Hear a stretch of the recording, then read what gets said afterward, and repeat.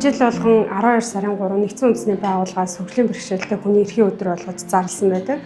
Тэгэхээр би өөрөө бас яг энэ өдөр төрсөн болохоор олон жил бас ингээд өөрийнхөө төрсөн өдрийг бас нийгэмд хэрэгтэй байдлаар яаж тэмдэглэл гоё вэ гэж бодож байсан. Тэгээд яг энэ хөгжлийн бэрхшээлтэй иргэдтэй зориулсан юм оюунлаг зүйлийг хийх юмсаа гэж ингээд боддог байсан. Тэгээд бас манай аймагт хөгжлийн бэрхшээлтэй иргэдийн хүний хөгжлийн ордонд түрүү жил байгуулагдаад 12 сард ашиглалтанд орсон. Тэгээд энэ одоо бас хүний хөгжлийн ордон дээрээ тулгуурлаад хөгжлийн бэрхшээлтэй хүүхдүүдтэй эмчилгээнд орохоос өмнө эмчилгээнээс гарсны дараах стресс тайлбарыг тогтчулж өгье гэж ингэж бодсон. Тэгээд энэ өрөөний хувьд бол ингээд AR технологи, сүүлийн үеийн технологиор ингээд бас хүүхдүүдийн сэтгхүй, танин мэдхүйд одоо чиглэсэн ингээд нарны аймаг, за ингээд Монгол ахуйг ингээд энэ бас ингээд нөгөө шууд аюугаар ингээд дуутаагаар 3D байдлаар ингээд наашаа ингээд танилцуулга юмнууд нь явдаг.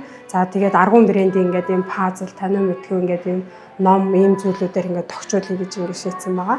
Тэгээ яг манай аймагт бол энэ анхны одоо тогтчулсан өрөө.